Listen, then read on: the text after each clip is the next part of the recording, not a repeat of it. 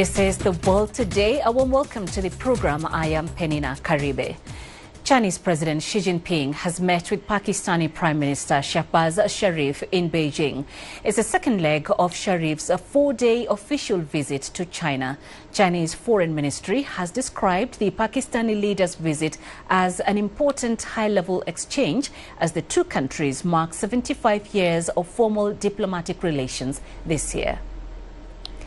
Serbian President Aleksandar Vučić has laid a wreath at the monument to the people's heroes at Tiananmen Square in Beijing. Vučić is on a 5-day state visit to China. On Sunday, he visited the Great Wall in suburban Beijing. He praised the Great Wall and expressed appreciation for the ironclad friendship between China and Serbia. Lucy Rui has more. The Great Wall had a little bit of Serbian energy today. All because Serbian President Aleksandar Vučić is back in China again. He's one of the most frequent visitors to China among European leaders, and for the first stop of his state visit, he came here.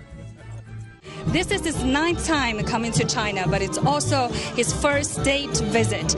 And the Great Wall is the first stop of this visit. So why did he pick the Great Wall to start with?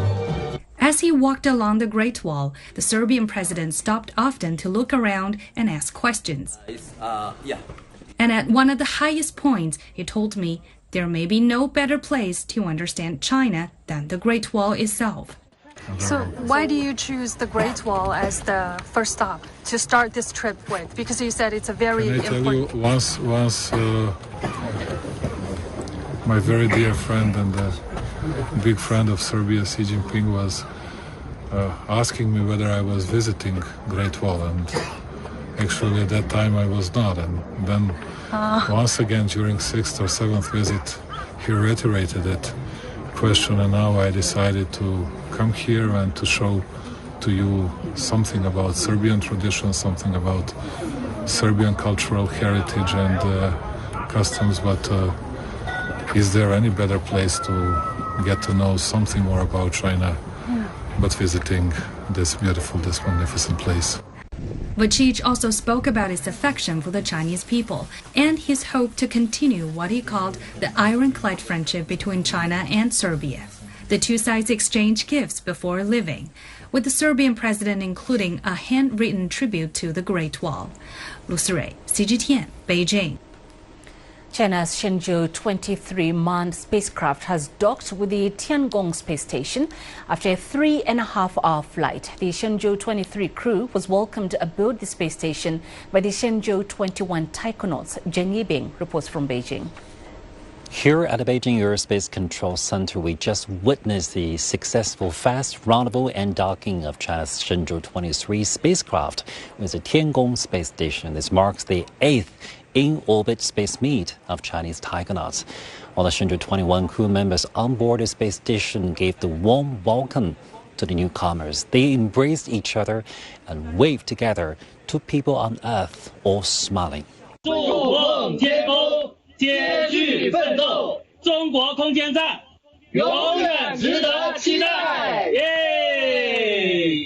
Both crews will stay together for the short handover period. And after that, the Shenzhou 21 crew, having spent for more than 200 days in space, will conclude their mission and head back to Earth, while the Shenzhou 23 crew members will take the baton and aim to set the new record. One notable plan is one crew member whose identity has not been disclosed will stay inside this space station for 1 full year, marking the single longest space flight by Chinese taikonauts to date. It will help verify the house support for future deep space exploration, including the lunar missions. And in the highlight, the payload specialist Li Jiaying from Hong Kong SCR will do the experiments proposed by universities from Hong Kong and Macau. And what impressed me most during the whole process of the launch and fast rendezvous and docking missions is the constant and calm response from the Shenzhou 23 crew members to every status check. It's a clear sign of their confidence to this mission. Zheng Yibing, CGTN, Beijing.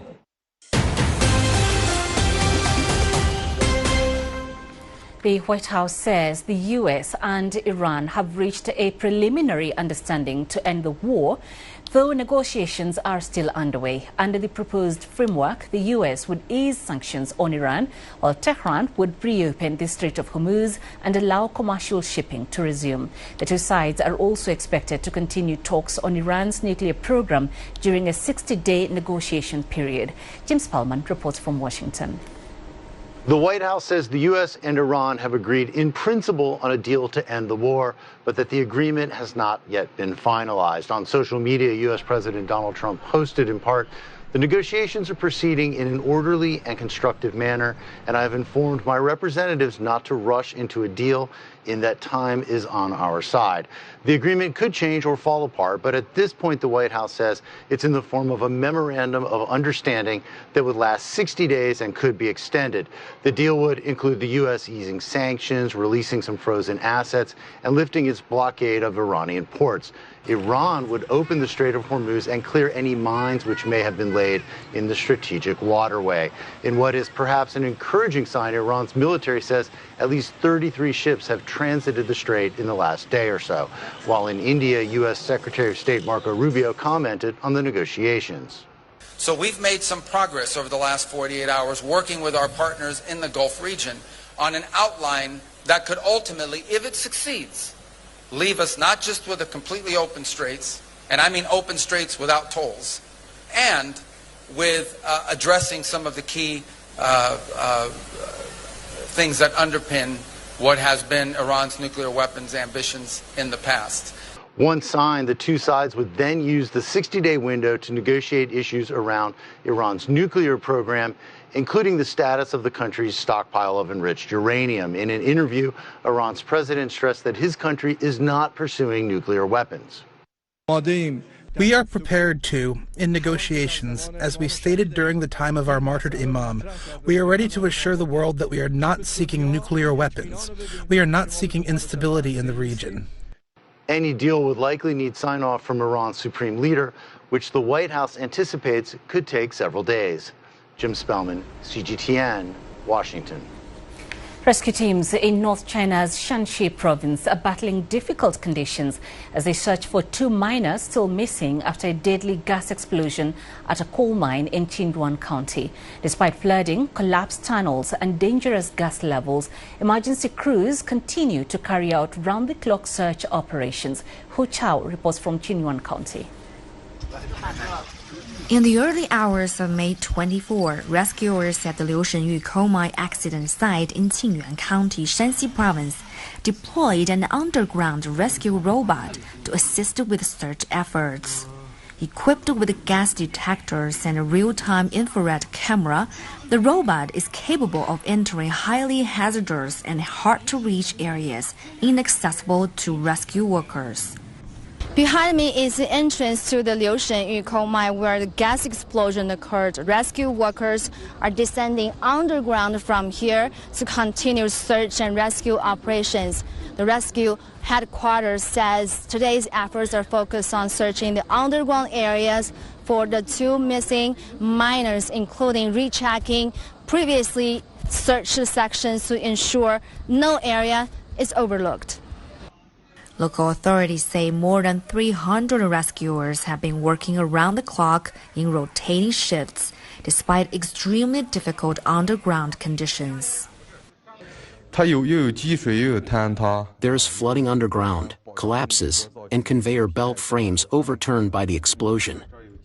In flooded sections like here, we wear waterproof suits to move forward and carry out searches. It would be impossible to proceed if the water rises above chest level. Our top priority is searching for trapped and deceased miners. At the same time, we must ensure the safety of rescue personnel. Every tunnel must be checked, every searched section marked, and gas levels monitored throughout the operation. Local authorities have formed a special task force to handle the aftermath of the mine accident. A dedicated team has been assigned to assist each victim's family. The teams include doctors, police officers, lawyers, and company representatives. Some family members have been accommodated in county hotels, with 2 government officials assigned to each family to provide emotional support and counseling. We will actively help families of the victims resolve any difficulties they face and provide psychological support. All injured minors have been transferred to tertiary hospitals for further treatment. Critically injured patients are receiving specialized care through coordinated medical consultations, while doctors say those hospitalized are now in stable condition overall. 胡超 CGTN 庆元山西 Province. We turn now to the ongoing Ebola outbreak. The World Health Organization says over 900 suspected cases have been identified so far in the Democratic Republic of Congo, including 101 confirmed cases. This comes as the Africa CDC appeals for $319 million to combat the deadly virus in the DRC, Uganda and other neighboring high-risk nations. During a virtual press conference on Saturday, the head of the Africa CDC said over 75% of the funding would be allocated to the DRC, the epicenter of the outbreak, and Uganda, where transmission continues to spread. The DRC Health Ministry gave an updated suspected death toll of 204 on Saturday. There's currently no vaccine for the Bundibujo strain of the Ebola virus, complicating containment efforts across borders. Meanwhile, in the DRC's Ituri province, young men stormed a hospital treating Ebola patients to demand the bodies of their kin. The incident took place Sunday evening at the Mongwalu General Hospital. It was not immediately known if anyone was hurt in the attack, as medical staff scrambled to evacuate patients when gunfire rang out in the area. That's where we leave it for this edition of The World Today, but I'll be back shortly with more news from across the continent on Africa Live. I'll see you in a bit. Thanks for watching.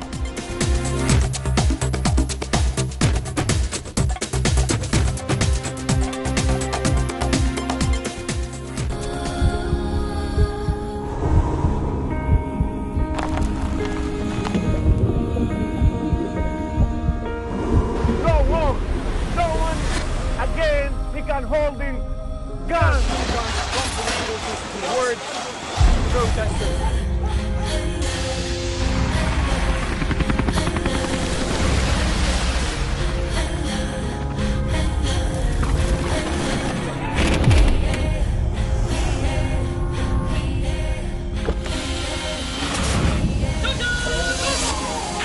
Were you worried about your life at that particular time? Not at all. Excellency, thank you very much for your time. What is your assessment of the state of the continent today? Africa has the potential to power itself. Excuse me.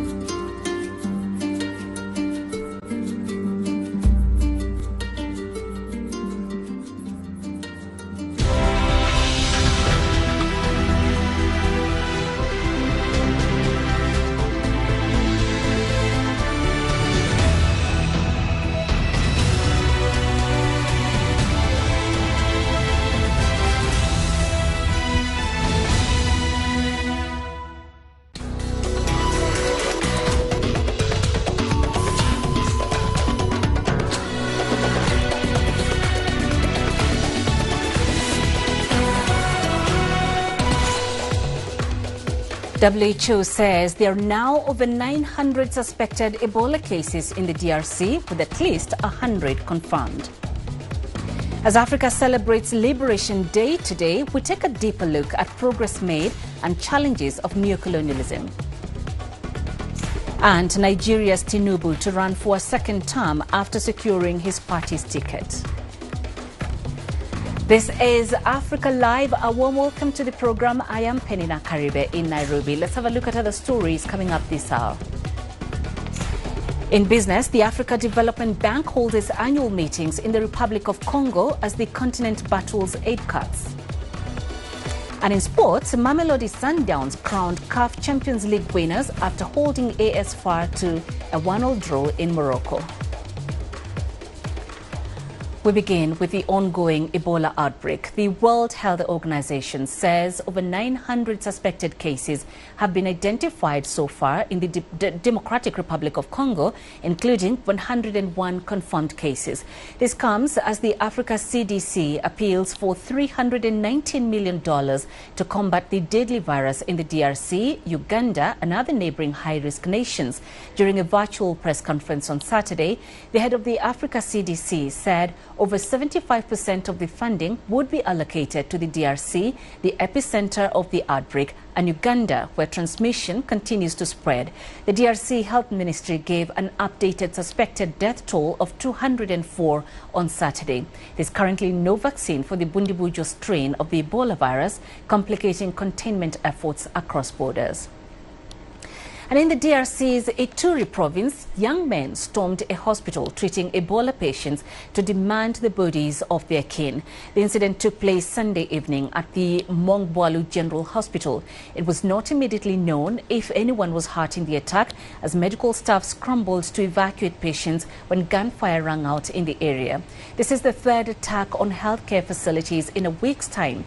Ituri's provincial government has ordered all burials to be handled only by specialized teams and prohibited the transport of dead bodies by non-medical vehicles. It also capped public gatherings at 50 people.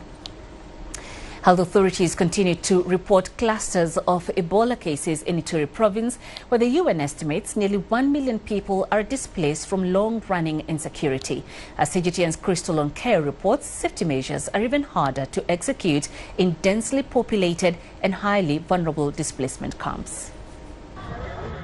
Ituri province in eastern DRC is facing a double threat: a public health emergency and a chronic security crisis. For the thousands of displaced families, access to basic health care has become a luxury, and the overcrowding in the camps is fueling the spread of the Ebola virus. With Ebola and the insecurity, our situation is really difficult. We're spending a lot of money. Our expenses have multiplied. Our situation has become difficult. We no longer have enough to eat, and our children have become street children. They have nowhere to live. Where we live, things are so complicated. Our houses are in terrible state. Our situation is very difficult. At the Kigonze site, north of Ituri's capital, Bunia, IDPs decry the lack of preventive measures. There are no hand-washing kits and no apparent efforts to raise awareness on preventing the spread of Ebola. We are asking for hand-washing kits. And above all, the most important thing here, what we are asking for, is toilet maintenance. The toilets are already overflowing. There are rats running around in the toilets and getting into the pots. First and foremost, we are asking for help to empty our toilets. We are emptying them with our hands. This is essential to prevent this disease. Others just wish to return home due to deteriorating conditions. Enforcing social distancing is nearly impossible in these cramped conditions. Outside the camp, Bunia is among the main affected areas. While screening is present at the airport, the situation is tough for healthcare workers striving to safeguard public health. We have isolated cases of resistance. Nevertheless, most travelers understand and let us take their temperatures. We are asking the Congolese government to provide us with protective equipment. At the moment, we have nothing. We are making do with what we have. Sometimes we use a face mask for as long as 2 days. In the meantime, they do their best to rein in the crisis before it spirals out of control. Crystal Onkeo, CGTN. Nigeria and Burkina Faso say they have scaled up preventive measures against the Ebola outbreak. Health authorities are stepping up epidemiological surveillance, particularly at the country's entry points. Meanwhile, the African Union and India have cancelled the upcoming India-Africa Forum Summit due to concerns about the outbreak. The fourth edition was set to take place in New Delhi this week. Benin has entered a new political dispensation with the swearing in of Romuald Wadani as president after winning more than 94% of the vote in April. The 49-year-old former finance minister succeeds Patrice Talon, ending a decade of Talon's leadership while promising continuity and economic growth. In his inauguration speech, Wadani pledged to improve the daily life of ordinary citizens and create more opportunities for young people. He also vowed to tackle the growing insurgent threat in northern Benin, warning that the country would not give in to fear. The major challenges for Wadani include strengthening security, easing tensions with neighboring Sahel nations, and responding to concerns over civil liberties and political freedoms. His leadership will be closely watched both at home and across the wider West African region. In neighboring Nigeria, the president, Bola Tinubu, will run for a second term after winning the primaries of his ruling All Progressives Congress Party on Saturday. Tinubu garnered nearly 11 million votes against 16,500 for his closest challenger, Stanley Osifo. His re-election chances were enhanced after an opposition pact to field a single candidate collapsed earlier this month.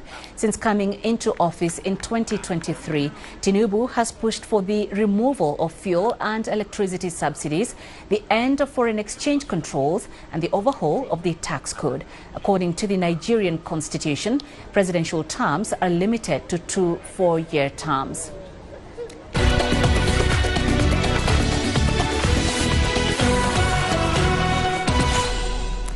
Today marks Africa Liberation Day, which commemorates the historic meeting in 1963 of pioneering African independence leaders who came together to fight for the complete eradication of colonial rule on the continent. CGTN's Daniel Arap Moy brings us more. A day to celebrate freedom and a moment of reflection. On May 25, 1963, leaders from 32 newly independent nations gathered in Addis Ababa, Ethiopia, and formed the Organization of African Unity. They had a clear mission: to use their combined political weight to support the countries still fighting for freedom, mainly in Southern Africa. To understand the day's significance, we need to go back to 1884, when European powers gathered for the Berlin Conference. Without a single African present, they divided the entire continent among themselves. This period is known as the Scramble for Africa, which paved the way for colonialism. By the beginning of the 20th century, nearly 90% of Africa was under European rule. Colonialism changed everything as European powers took control of fertile lands, mining sites, and rubber plantations. The impact was devastating. Local African cultures were suppressed. Families were separated by artificial borders, and African people were treated as second-class citizens in their own land. Africans were also rounded up for forced labor. But African people never stopped resisting, and after World War II, the push for freedom became unstoppable. Most of the colonial powers had been exhausted by the war, and the level of political consciousness among Africans had increased. Leaders and ordinary citizens stood up, demanding the right to govern themselves. Ghana, then known as Gold Coast, became the first sub-Saharan nation to break free in 1957. Its leader, Kwame Nkrumah, famously said that Ghana's independence was meaningless unless the rest of Africa was free. It took decades of struggle, but the OAU achieved its goal. Currently, every single country on the continent is independent. The OAU later evolved into the current African Union.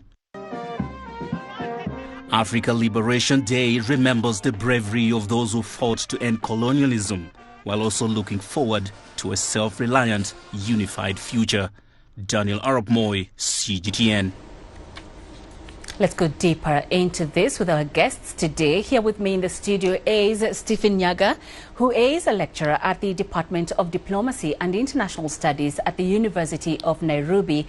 And joining us live via Zoom from Accra in Ghana is Professor Etse Sikanku, a political scientist and an associate professor at the University of Media, Arts and Communication in Ghana. A very big thank you to the both of you for joining us today.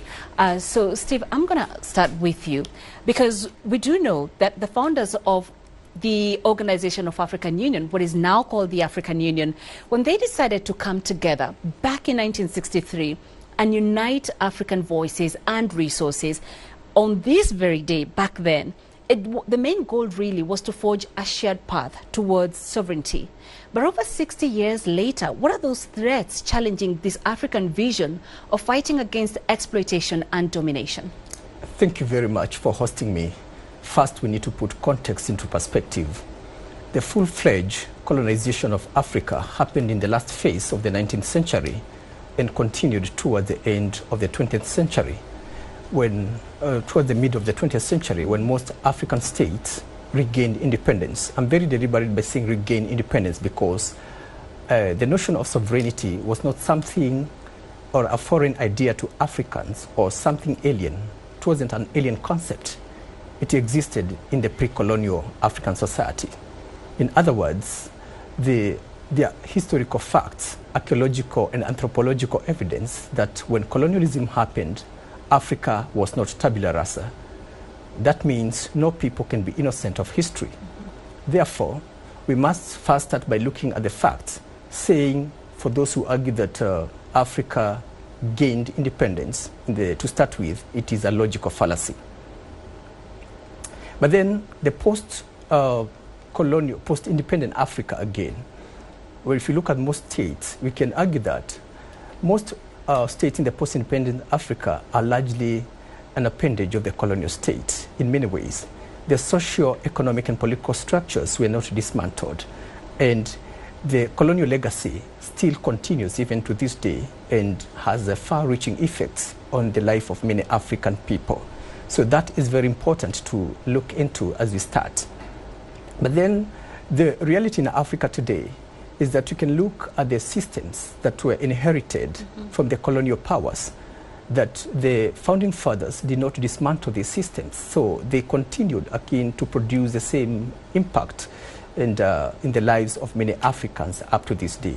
So we can say that Africa suffers the paradox of plenty, meaning that Africa is endowed with a lot of resources. We have all strategic minerals and natural resources, but still the continent continues to experience huge populations that are deprived, high rates of unemployment, corruption, and just challenges that have been really magnified by things that are really happening today. All right. Yes. Let me bring in Professor Sikanku. Prof, the UN General Assembly passed a resolution in March declaring the transatlantic slave trade as the greatest crime against humanity, a resolution that your country, Ghana, spearheaded.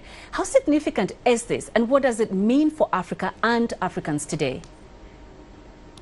Yeah, thank you very much. It's a very profound event, and it's profoundly significant because it moves a certain conversation from a narrow-minded narrative or from the emotionally charged rhetoric that we've often had across Africa, because this is not new, into a more serious and legitimate issue for international action.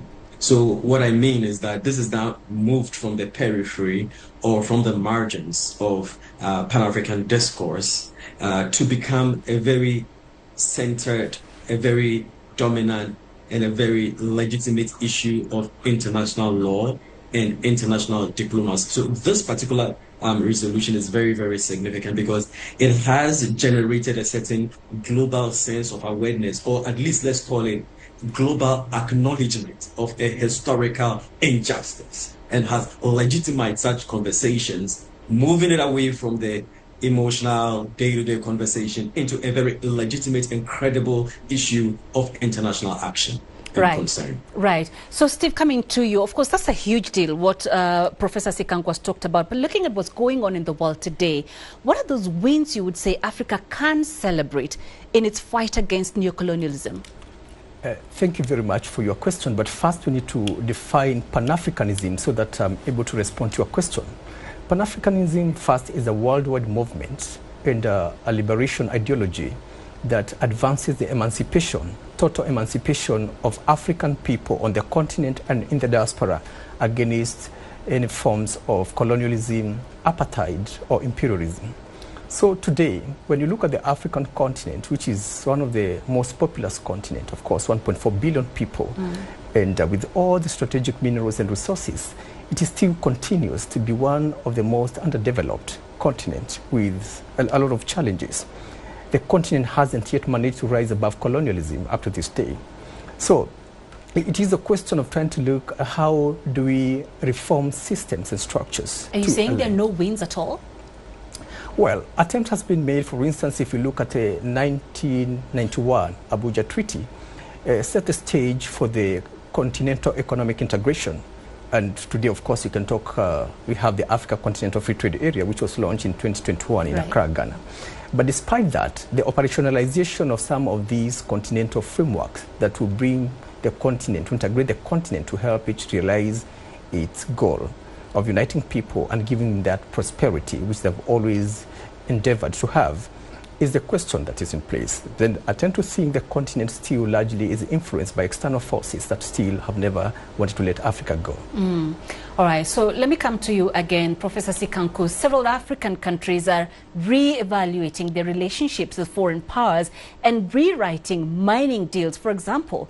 So there is the African Continental Free Trade Area, what my guest here, Steve, has just talked about, and that is, of course, aimed to improve intra-African trade. How are such moves propelling Africa towards growth and greater sovereignty?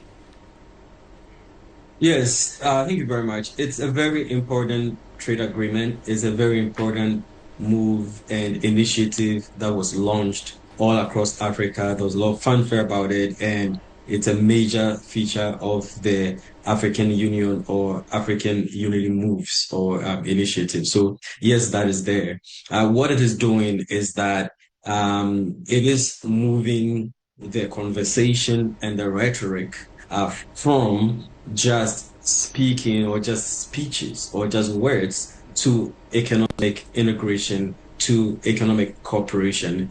And that is extremely important if we want to move forward. One of the things that we have to do beyond the speeches, beyond the conversations, is to move in a very, very transformational manner to integrate the economic aspect of Africa. There needs to be investments, economic investments. If there has to be a difference, or if there will be a difference in terms of the character, in terms of the nature of African unity and African integration, one of the most important factors would be the economic investments or the economic cooperation that we have as a continent. And I do believe that the AfCFTA is the beginning of that. But we have to move even faster beyond what we are seeing now. And we have to stop seeing ourselves as just Kenyans, as just South Africans, or just as Ghanaians, to begin to see each other as people who belong to a single African unit, a single African institution, or a single African framework or body, and begin to see ourselves as that.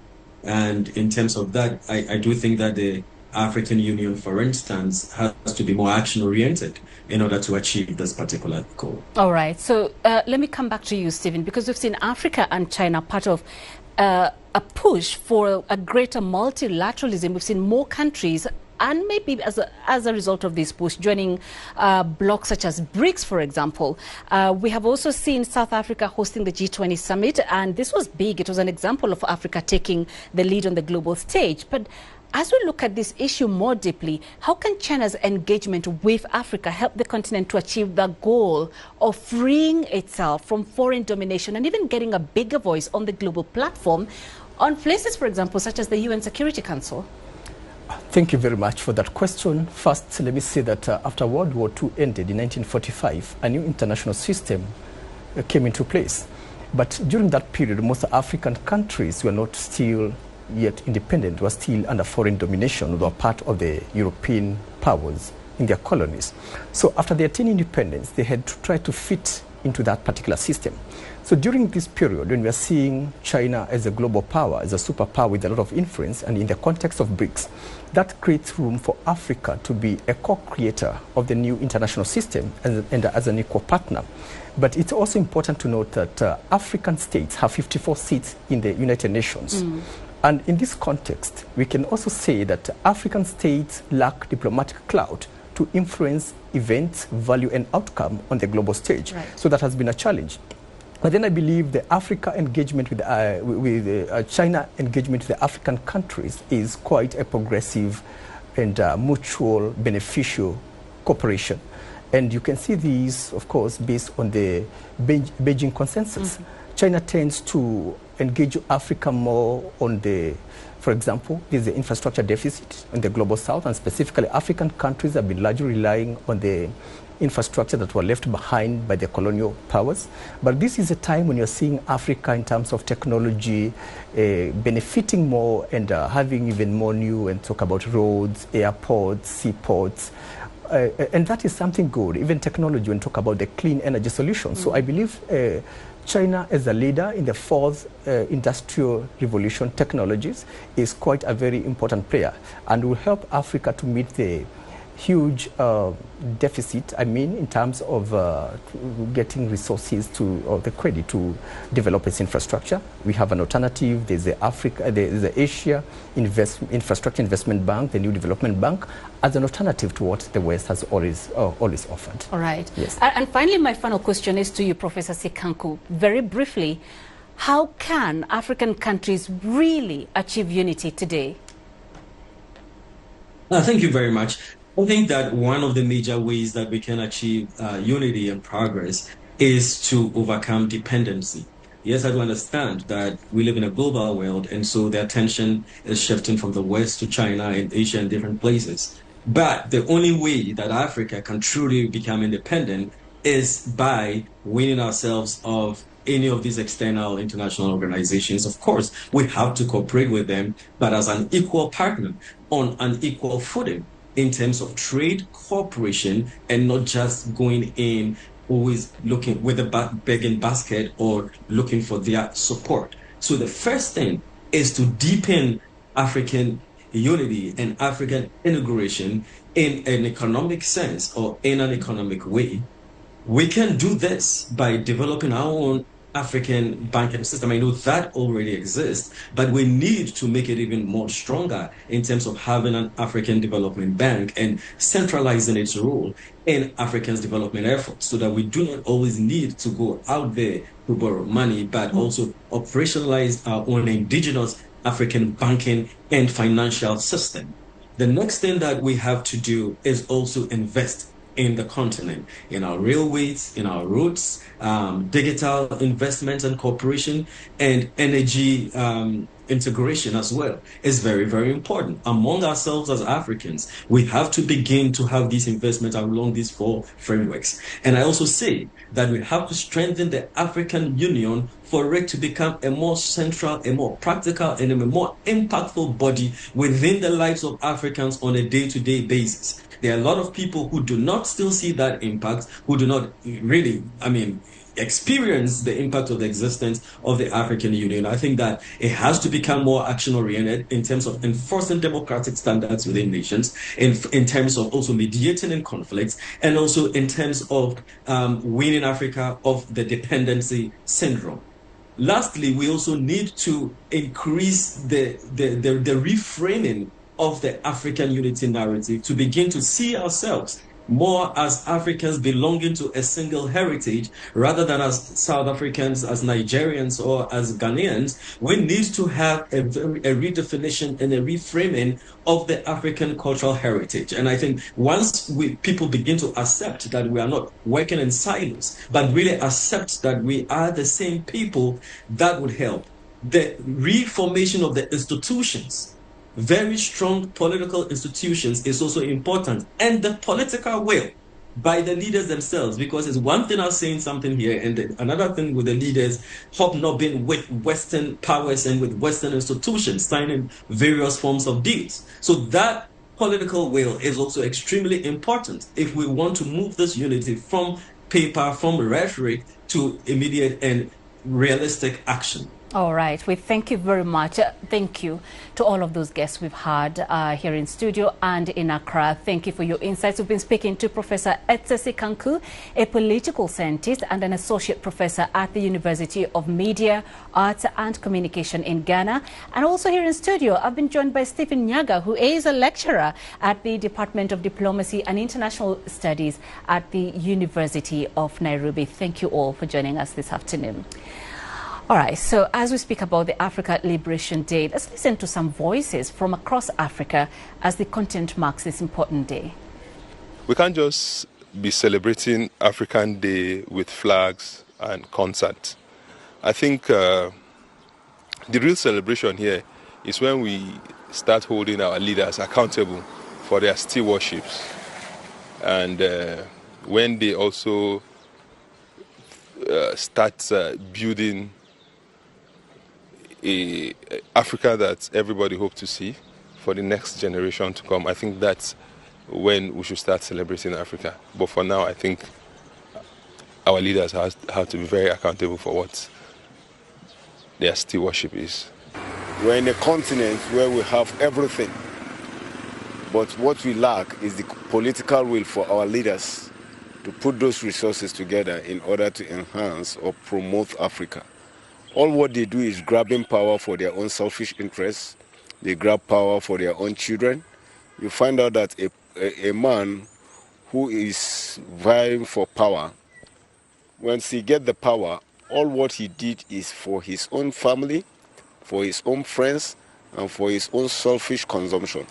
Increasingly, Africans are leading Africa. For the past something years, they have been seen some level of political independence. In as much as it's not as independent as it should have been. And economically, we've not really achieved much as Africa. I think Africa Day is a very important day to us, all Africans, because I think about 52 countries are celebrating this day today.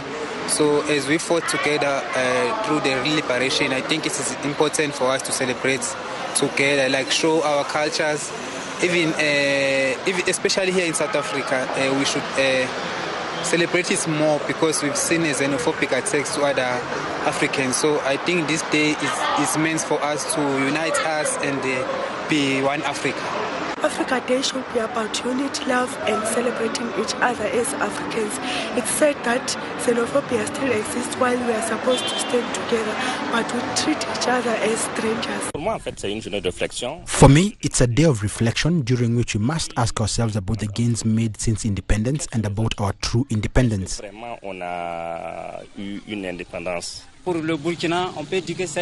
Burkina Faso, it is fair to say that this day means a great deal to us. Given the momentum we currently have under the leadership of President Captain Ibrahim Traore, who is reigniting the flame of African unity, even though some countries seem unable to grasp this momentum, perhaps because they are not free, but are bound to some other power. This day serves as a stark reminder to Africans that Africa has experienced difficult and ambiguous times which have played a significant part in shaping its history, and that beyond this painful history can rise from the ashes and finally build a society that will be at par with other societies that have managed to make their mark on the world and indeed are currently living out the dynamic, progressive and popular vision that we are implementing across the three nations of the Alliance of Sahel States. You're watching Africa Live. Coming up in business news, the Africa Development Bank holds its annual meetings in the Republic of Congo as the continent battles aid cuts. And Uganda wraps up its biggest tourism event.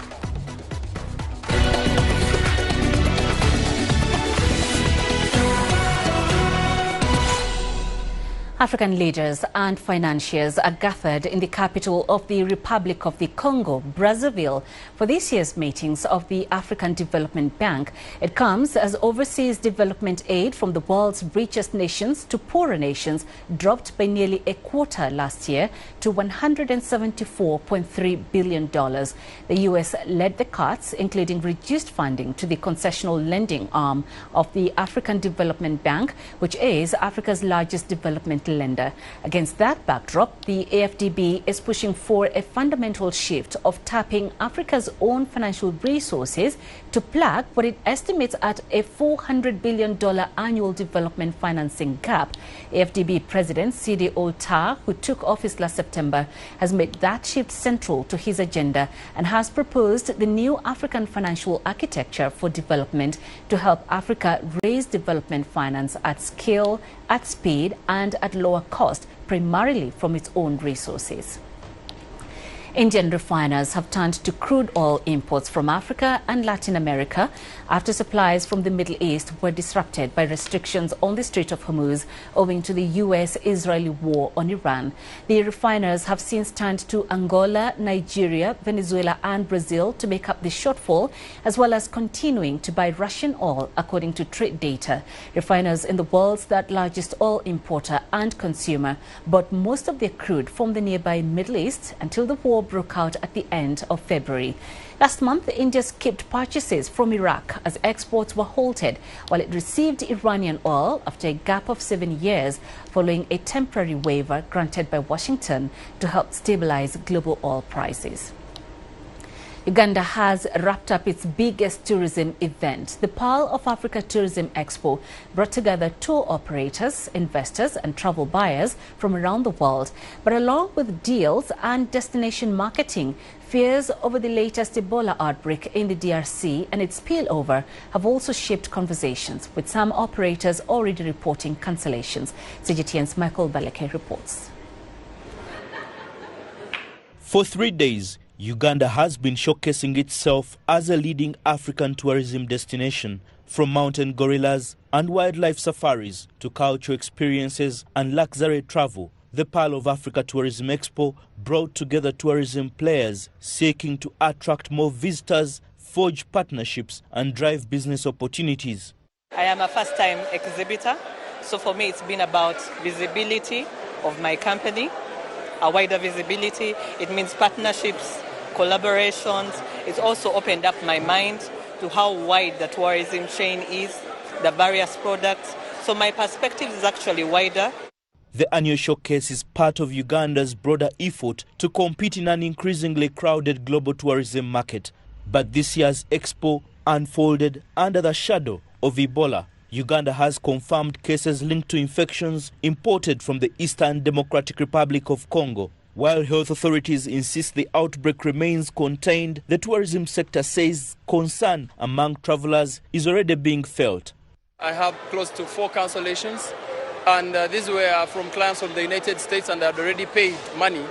And details of the emails, like requesting for refund, going back to the bank and making a transfer forms to pay close to $35,000. It's very absolutely not an easy thing to do. And for what is happening when such news is happening, it's try to paint a very different picture. Others say government support and clear public messaging will be critical to reassure travelers and protect businesses. Uganda's tourism industry is keen to send one clear message from this expo, that the country remains open for business despite concerns of Ebola. Authorities insist the outbreak is under control, with screening and surveillance measures intensified. Even as tour operators here hope travelers will continue to see Uganda as a safe destination and not just through the lens of a health emergency. Industry leaders say maintaining traveler confidence will be key, arguing that stronger coordination between government and private players can help keep Uganda attractive to visitors even during periods of uncertainty. Uganda has demonstrated resilience and capability in responding to health challenges, including HIV/AIDS, COVID-19, and other global public health threats like Ebola. This confidence in Uganda's system strengthens our image as a reliable and safe destination for visitors and investors alike. For Uganda, the challenge now goes beyond promoting wildlife and landscapes. As tourism becomes a bigger part of the economy, the country is also being tested on how it manages health scares without losing traveller confidence. Mike Kobaleke, CGTN, Kampala. You're watching Africa Live. Coming up in sports. Mamelodi Sundowns crowned CAF Champions League winners after holding AS FAR to a 1-1 draw in Morocco.